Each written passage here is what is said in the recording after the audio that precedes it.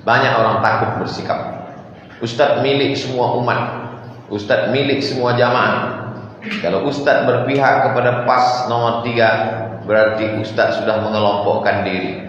Ya, saya mesti berpihak, saya mesti menunjukkan warna saya mesti menunjukkan kepada jamaah yang selama ini kukatakan mesti pemimpin peduli kepada masjid, mesti pemimpin yang peduli kepada zakat, mesti pemimpin yang peduli kepada orang miskin. Maka kutunjukkan keberpihakan. Inilah orangnya. Mau jamaah itu mengikut, alhamdulillah. Tak mau dia ikut, menjadi sedikit jamaah, lebih bagus. Di akhirat tak banyak tanggung jawab di hadapan Allah SWT. Makin banyak jamaah itu bukan makin ringan beban kita. Makin banyak pengikut kita, makin banyak pula tanggung jawab di hadapan Allah SWT. Saya bertanggung jawab terhadap segala keputusan saya, segala ucapan saya, segala tindak tanduk saya. Bisa saya klarifikasi, bisa saya jelaskan, termasuklah pilihan-pilihan politik saya. Demikian. Assalamualaikum warahmatullahi wabarakatuh.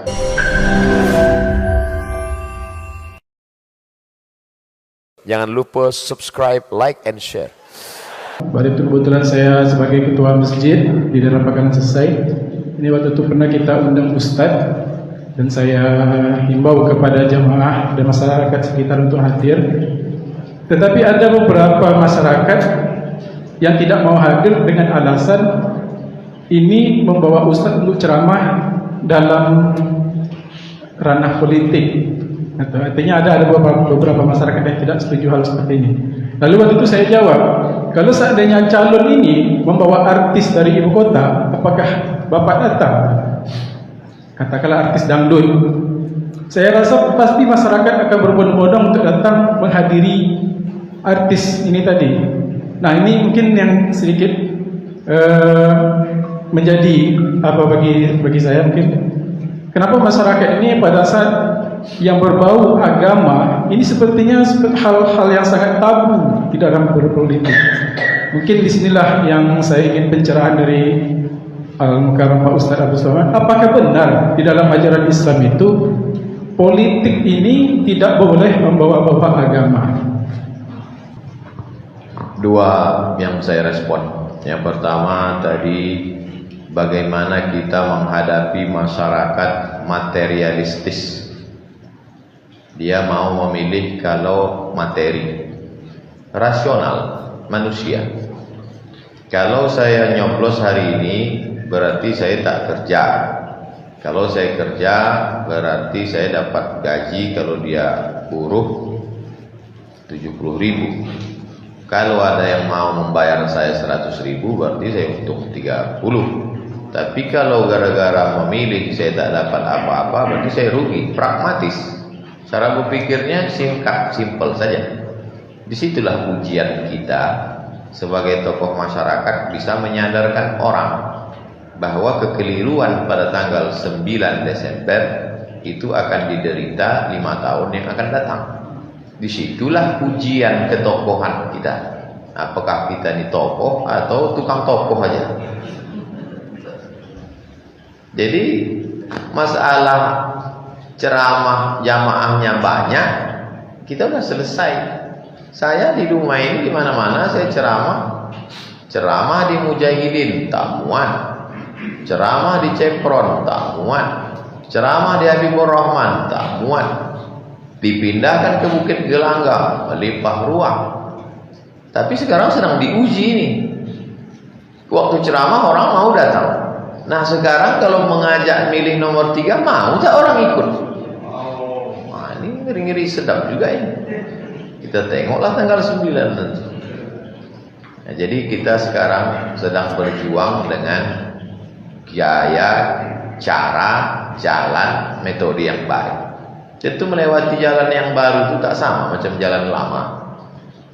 Ini adalah tantangan bagi kita, meyakinkan umat dari materi kepada non materi, dari yang zahir kepada yang batin, dari dunia kepada akhirat.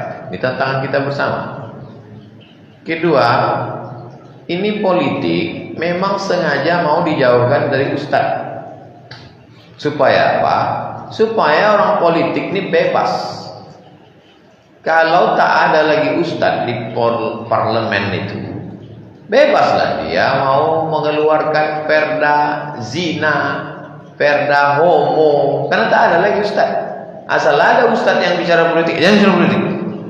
Ustadz cerita toharoh aja lah, air suci mensucikan, darah haid, darah nifas, darah wiladah, darah bisul, darah nyamuk, darah jerawat. Ustadz yang cerita politik. Jadi kalau ada ustadz temakan ini berarti dia kalah. Kalau saya di mana-mana ceramah 3 tuh saya gas. Pertama, perbaikan pendidikan, masukkan anak sekolah tahfiz. Yang kedua, perbaikan ekonomi, belanja ke warung tetangga, jangan belanja ke warung yang tak jelas asal usulnya. Ketiga, perbaikan politik. Pilihlah anggota dewan yang memperjuangkan perda syariah. Pilihlah anggota legislatif yang menolong agama Allah. Pilihlah di pilkada calon-calon yang kira-kira kalau dia duduk di situ maka terbantu Islam. Tak bosan, tak muak saya nyampaikan. Karena itulah banyak orang membuli saya. Andai saya ceramah zona aman-aman aja, istighfar, sholawat, selesai. Tak banyak orang benci, tak banyak bully, tak banyak buzzer, tak banyak haters yang menyerang. Jadi apa yang kita lakukan hari ini adalah menunjukkan bahwa Islam itu bukan hanya, ini banyak orang memahami Islam ini 3 saja. Lahir akikah, nikah walimah, mati takziah. Politik bukan urusan umat Islam. Kalau politik tidak diurus umat Islam, diambil umat yang lain. Kalau parlemen tidak diambil umat Islam, diisi orang lain. Ketika diisi orang lain, barulah kita gigit jari. Ati'ullah wa ati'ur rasul wa ulil amri. Ulil amri pemimpin politik. Umat Islam kalau tidak berpolitik, dia akan dipolitiki orang. Umat Islam kalau dia tidak memegang tampuk kekuasaan, dia akan dikuasai orang lain. Jangan sampai bumi lancang kuning, Muslim mayoritas, tiba-tiba kita dikuasai orang lain. Anggota dewannya bukan kita, pemimpinnya bukan kita. Kalaupun orang kita tapi otaknya entah otak-otak mana, habislah umat ini. Kita tak dapat apa-apa dari kekuasaan. Jangan sampai kita menjadi minoritas di tengah mayoritas. Kita menjadi orang paling banyak tapi tidak prioritas. Itu yang paling mengkhawatirkan. Nauzubillah. Saya tak akan pernah bosan menyampaikan itu kepada umat. Tidak hanya sekedar ceramah, tapi saya bersikap. Banyak orang takut bersikap. Ustadz milik semua umat, ustadz milik semua jamaah. Kalau ustadz berpihak kepada PAS nomor 3, berarti ustadz sudah mengelompokkan diri. Ya, saya mesti berpihak. Saya mesti menunjukkan warna saya mesti menunjukkan kepada jamaah yang selama ini kukatakan mesti pemimpin peduli kepada masjid, mesti pemimpin yang peduli kepada zakat, mesti pemimpin yang peduli kepada orang miskin. Maka kutunjukkan keberpihakan. Inilah orangnya. Mau jamaah itu mengikut, alhamdulillah. Tak mau dia ikut, menjadi sedikit jamaah, lebih bagus. Di akhirat tak banyak tanggung jawab di hadapan Allah SWT. Makin banyak jamaah itu bukan makin ringan beban kita. Makin banyak pengikut kita, makin banyak pula tanggung jawab di hadapan Allah SWT. Saya bertanggung jawab terhadap segala keputusan saya, segala ucapan saya, segala tindak tanduk saya. Bisa saya klarifikasi, bisa saya jelaskan, termasuklah pilihan-pilihan politik saya. Demikian. Assalamualaikum warahmatullahi wabarakatuh. Kami ahli umat Tanjung, pengurus Masjid Nurul Falah, Jalan Nembak Gang nomor 2. InsyaAllah apa yang disampaikan Pak Ustaz Somad tadi, sebagai pengurus kami akan berusaha merangkul semua jemaah kita untuk mendukung Pak Faisal. Pertanyaan saya kedua ini khusus untuk Pak Uwas nih. Saya sungguh-sungguh tercengang dan merasa bagaimana ya. Kami lihat selama ini di Facebook ataupun di YouTube tuh, Pak Ustaz ini luar biasa, melebihi yang seperti cerdas tuh Pak ya. Itu telah jumpa dengan orangnya, kami merasa Kok Pak Ustadz setenang ini ikut besar rendah hati seperti ini? Apa syaratnya Pak Ustadz? Sekian, terima kasih.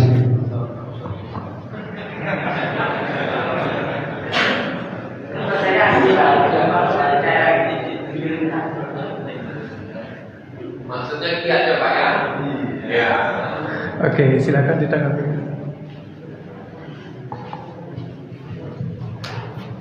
Saya balik dari Kairo tahun 2002 Pak Tanjung. Balik dari Kairo 2002, pesawat saya itu Kairo Bangkok. Di Bangkok saya tidur 6 jam, habis itu Kuala Lumpur. Dari Kuala Lumpur saya ke Malaka naik bis. Dari Malaka saya naik Indomal menyeberang ke Dumai. Saya tidak pulang disambut dengan marhaban, dengan karpet merah. Saya berangkat ke Mesir, berangkat sendiri, balik ke kampung pun balik sendiri. Saya tidak dikirim oleh Pemda, saya tidak dikasih duit oleh lembaga manapun. Mungkin itulah yang membuat, andailah dulu saya diberangkatkan Pemda, pulang disambut Pemda, mungkin lubang hidung saya sudah sebesar terowongan Mina. Balik ke kampung saya, ke kebun sawit, orang tua punya memupuk sawit, ikut memanen, mengutip rondo. Lalu kemudian kata mendiang Omak, ini kau kan S2, pergilah kau ke Pekanbaru mengajar-ngajar. Ada tes dosen, ikut saya tes. Mengajar saya di kampus YIN. Subuh saya ngisi pengajian di Masjid Akramunas Undri. Banyak lagi tiangnya dari orangnya Pak Tanjung. Saya bukan orang yang disanjung-sanjung, yang dimulia-muliakan orang. Ceramah saya di salah satu kantor dinas di Pekanbaru. Duduk saya di samping. Begini kaki pejabat itu ke muka saya. Sampai sekarang ingat saya. Saya tak dendam, ingat aja. Inilah kakinya ke muka saya. Undangan saya tempat orang meninggal dunia. Pas giliran salaman, pejabat beliau. Pas giliran salaman, pas saya di ujung, pas saya pula tak disalami. Kawan saya sebelah ini dari Kalimantan, ditanya saya, kenapa kau tak disalaminya? Kan malu kita, kawan kita dari Kalimantan datang, pas di muka dia pula kita tadi. Kata saya, mungkin dia udah tua tak ingatnya saya. Jadi saya bukan orang yang dielu-elukan, orang yang dibangga-banggakan. Jadi kalau hari ini saya datang ke tempat orang-orang yang kenal saya lama, itu berarti dia sudah berbuat baik, bertanam budi ke saya. Saya antaranya Haji Faisal. Saya datang kemari ini, belum lagi orang kenal saya. Saya datang ke rumah ini, tak ada orang rumah ini mau mendengar pengajian saya. Sampailah akhirnya penuh Bukit Gelanggang. Makanya ketika orang rumah ini, tolonglah Ustaz dukung Haji Faisal, tolonglah buatkan video. Saya bilang, kalian tak kenal sama saya. Nanti tengok nanti kita buat dukungan yang pasti. Jadi saya bukan anak pejabat, saya bukan anak ulama, saya tidak dimulia-muliakan orang. Kebetulan saya ceramah saya direkam, diusir di beberapa tempat, viral. Itulah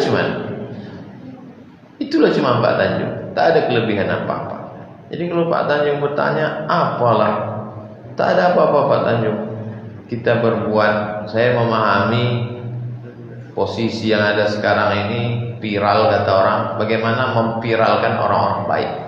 Makanya kalau ada sekolah yang perlu dipiralkan, saya viralkan pakai endorse. Ada oma-oma membuat keripik, tolonglah Ustaz jualkan keripik ini, belilah keripik ini, hubungi nomor berikut ini. Nah, ada orang bangun pesantren, tak ada orang mau mendaftarkan anaknya, saya endorse. Ada orang mau jadi wali kota, minta endorse, saya endorse. Sudah saya endorse, tak jadi juga, tak salah saya lagi.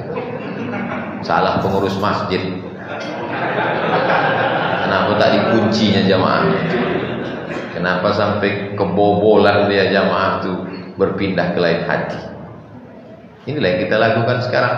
Mudah-mudahan yang saya lakukan, yang Pak Tanjung lakukan, yang Haji Faisal, Pak Amris lakukan, semuanya mencari ridho Allah Subhanahu wa taala. Terima kasih. Assalamualaikum warahmatullahi wabarakatuh. Pertama, pertanyaan saya pada Pak Ustadz adalah yang kita ketahui sekarang banyak terjadi mungkin penghinaan terhadap ulama, mungkin fitnah-fitnah terhadap ulama gitu. Nah, di sini saya tanyakan bagaimana kiranya sebagai pemimpin, insya Allah Pak Faisal menjadi wali kota nanti, bagaimana agar penghinaan atau fitnah terhadap ulama ini tidak terjadi di kota Dumai gitu. Yang seperti kita tahu, mungkin di Dumai masih aman dari hal-hal seperti itu gitu. Nah, pertanyaan saya pada Bapak Ustadz, bagaimana cara meyakinkan kepada pemimpin nanti atau pada Pak Faisal sebagai wali kota nanti agar tidak terjadi fitnah terhadap ulama, khususnya di kota Dumai, dan kita tidak mengesampingkan agama yang lain, kita tetap menghormati agama-agama lain serta tokoh-tokoh agama lainnya. Pimpinan tertinggi ulil amri di kota Dumai dalam aspek politik adalah wali kota, wakil wali kota. Polisinya Kapolresta, tentaranya apa tentaranya? Dandim, Kodim, Dandim. Bagian ulamanya ketua MUI, adatnya ketua LAM. Jadi duduklah 5 orang ini, wali kota, Kapolresta, Kodim, ketua MUI, ketua LAM. Siapapun yang menghina tokoh agama, alim ulama, sepakatlah mereka berlima mengambil tindakan, tunjukkan bukti. Jadi kalau ada satu orang menghina-hina, langsung ada tindakan, diviralkan. Kenapa sekarang ini enak aja orang mengejek-ejek ulama? Karena tak ada tindakan, dibiarkan. Kenapa dibiarkan? Karena dia lawan politik.